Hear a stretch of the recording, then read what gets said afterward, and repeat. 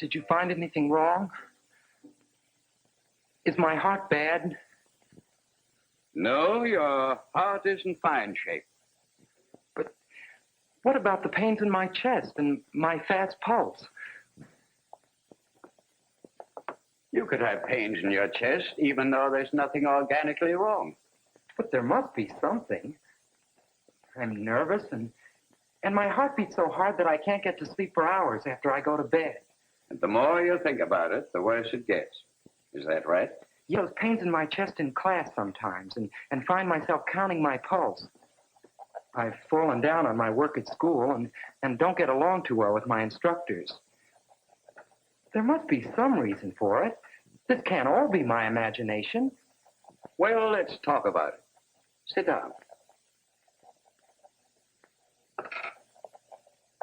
I repeat, your physical condition is excellent. I can't find anything wrong with your heart or any other organ for that matter. But still, you need treatment. I'm going to refer you to a psychiatrist. A psychiatrist?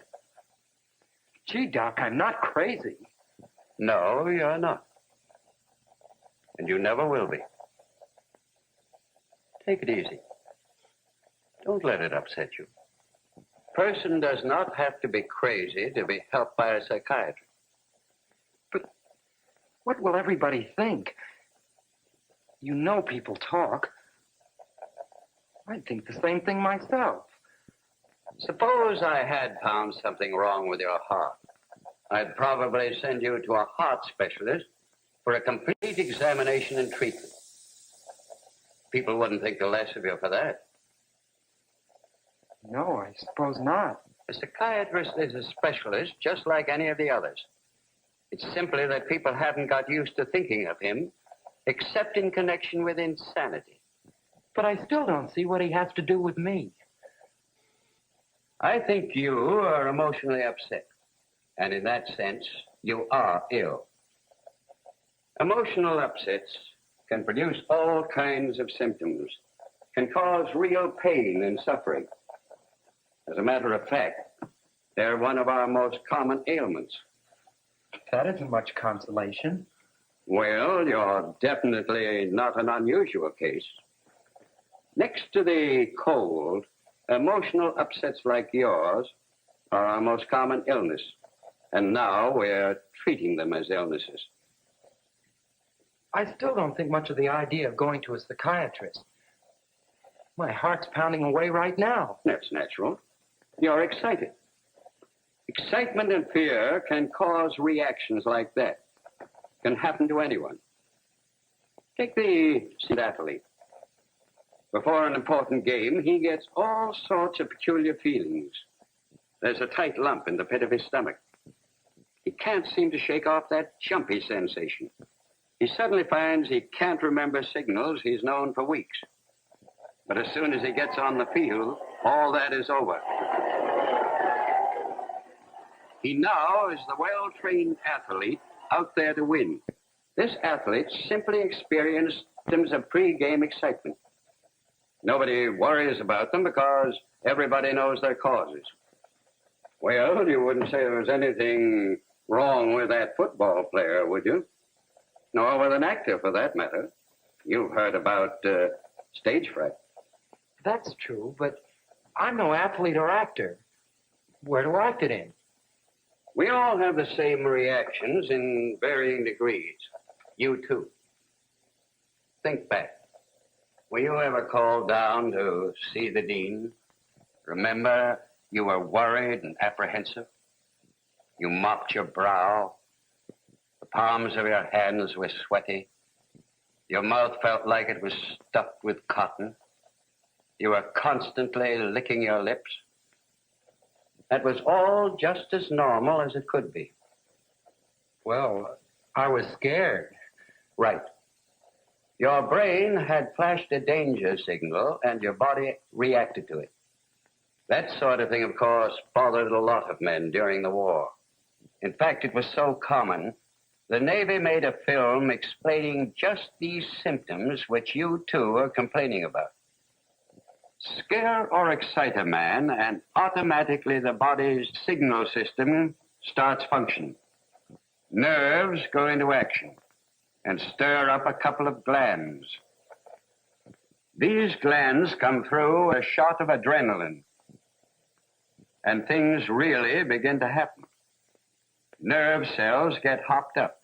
You may perspire freely. Your mouth may get dry as powder. Your stomach may feel tied up in knots. But it all makes sense. You see more clearly. You hear more keenly. Your muscles are tense. Your body is ready to act and act fast. But to act at top speed calls for extra energy. That's where the liver comes in. This is a fuel tank. The fuel is sugar and is stored in the liver. Getting scared gets it out to the bloodstream, to the muscles that need it. To get it there quicker, the heart pumps faster, and you breathe harder, bringing in more oxygen to change that sugar into strength. When it really gets going, your heart feels about 3 times bigger than it really is, and it pounds away like a trip hammer. It may even become painful. The heart may feel as if it had sharp points. Wouldn't surprise me if those are your symptoms. They're much more common than you think. Lots of people have them when they're excited or scared. But when you know you're excited, when seeing the dean, for instance, you don't worry about these symptoms because you understand the cause for them. But if you, a healthy boy, have these symptoms without knowing of any cause, that's the time to consult a psychiatrist. It's his job to uncover that cause. How does he do that? Well, that's his specialty. Let him tell you about it. I'll make an appointment for you. Try not to worry. Thank you, Doctor.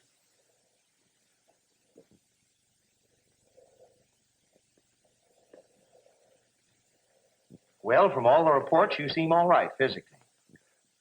But I do have pains in my chest. Tell me about them. How long have you had them? They started a little over a year ago. Do you recall the first time you felt that pain? Yes. It was during exam week at high school.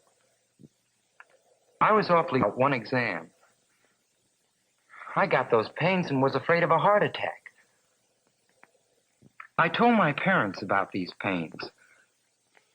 Father thought it couldn't be serious, but Mother worried and took me to the doctor, who examined me and said there was nothing wrong with my heart. Did that make you feel any better? Well, Mother was afraid the doctor might be wrong.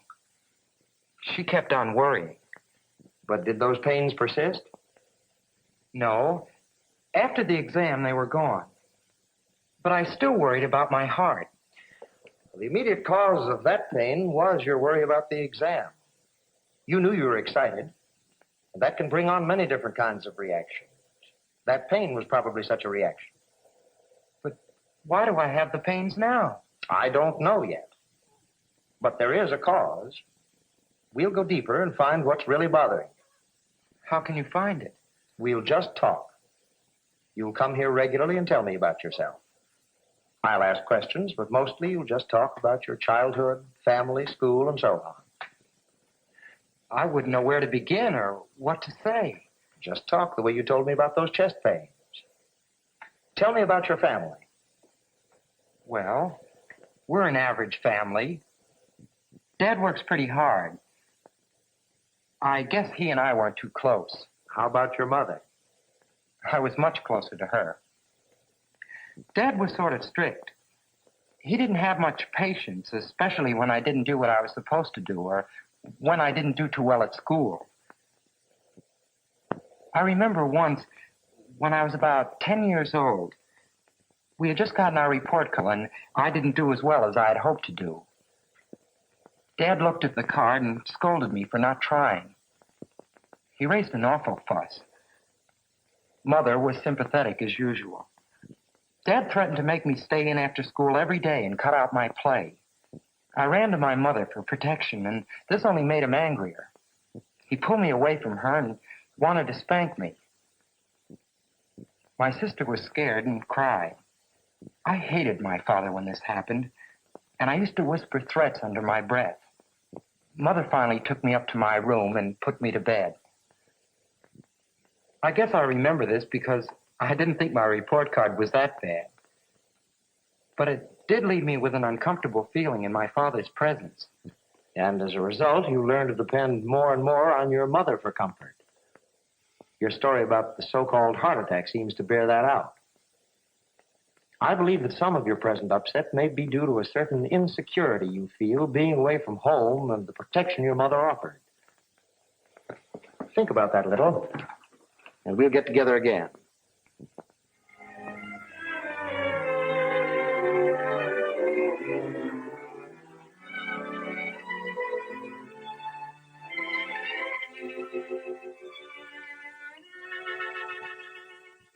These last few visits have demonstrated the presence of an emotional conflict due to being away from home. You see that?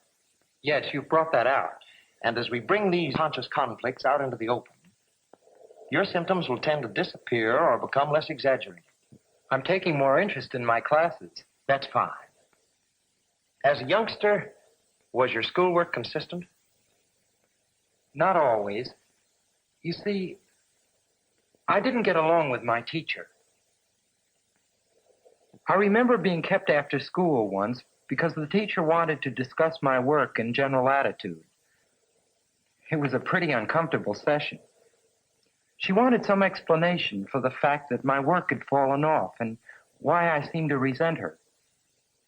She told me I had become irritable and wasn't even getting along with my classmates. She took out my old records and tried to find the reason for the drop. I couldn't tell her anything much. I don't suppose she was too satisfied with my explanation, although she did go out of her way to help me. As I look back, I think I blame her for my father's anger at my poor marks. Well, you are making progress. You're beginning to uncover the causes for certain reactions that you had. We can explain your reactions to your teacher at that time, also your nervousness and the falling off of your classwork. All of it was undoubtedly due to a fear of failure and the possibility of incurring your father's anger. But is it common to blame somebody else, like I did with my teacher? It's the easiest way out. You felt that you weren't to blame. Your mother's comfort helped that. Your teacher gave you the marks for which your father punished you. Therefore, you put her in the same class with your father, whom you feared. Well, there were times when I really hated him. I remember every now and then he'd lock me in a closet. I'd stand there and plan to run away from home. I figured they'd be sorry then. I even planned to kill my father and then run away. And yet you never did. But those thoughts left a mark. You developed guilt feelings you weren't conscious of. Despite all the threats you whispered to yourself, you did have some affection for him as your father. That guilt you felt set up a conflict which only made matters worse. I don't hate him now. I've grown up. But still, I resent those in authority. You can't throw off old patterns quite that easily. You carry them over and apply them to new people in completely different environments. You may not want to do that, but you've set a groove which you naturally follow. I can see now that there's no real cause for those resentments. But how will I get rid of them? You're doing that now. Talking about them and reasoning them out does more than anything else. Up to now, you've been prejudiced against your father, your teacher, and those in authority. All this became an emotional block, that warped your reasoning. All your thinking came up to it and was warped along certain lines. Understanding the causes will help break down that emotional block. Try it for a while. You're really doing better now. I'll see you on Thursday.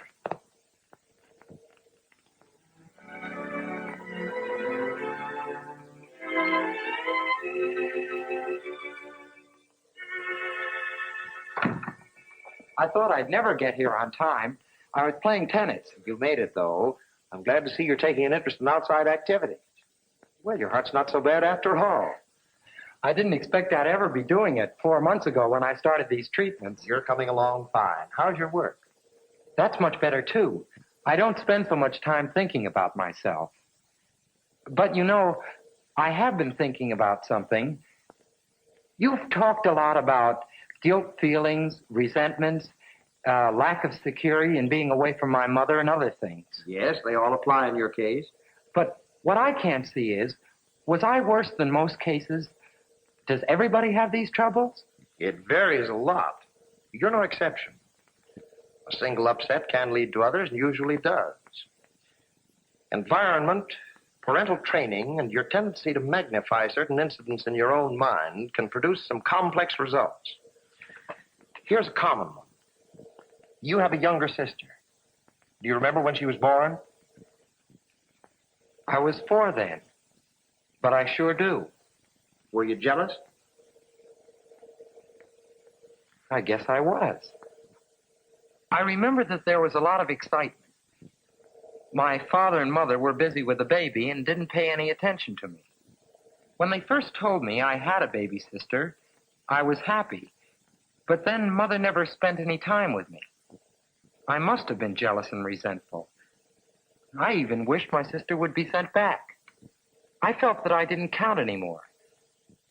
I can understand a lot of that now. I'll bet you'll tell me that's when I first began to feel insecure about not having my mother to myself. Well, that's probably very true. But there's a lot more to it than just that. As you grew to love your sister, you felt guilty about having wanted to send her back. But most parents realize that and try to minimize it. Yours didn't. Then again, the knowledge that you were going to have a sister or a brother, but didn't know how or what, put other disturbing questions into your mind. Since your parents never talked to you about these things, you must have thought there was something mystical and evil about them. Parents can prevent a lot of emotional conflict like this, especially where the child is as inquisitive as you were. I got most of the answers when I grew up. Yes, childhood misinterpretations and fears carry over and are frequent causes of emotional upsets in young adults. I know that now. I can understand a lot of things I couldn't before. If more parents understood that their thoughtlessness can produce emotional disturbances in children, cases like yours would be less frequent.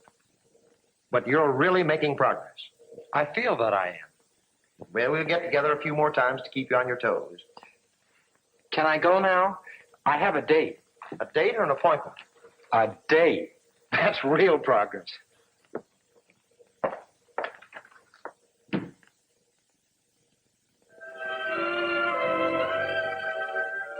Yes, he did have a date. And from here on, his recovery was rapid.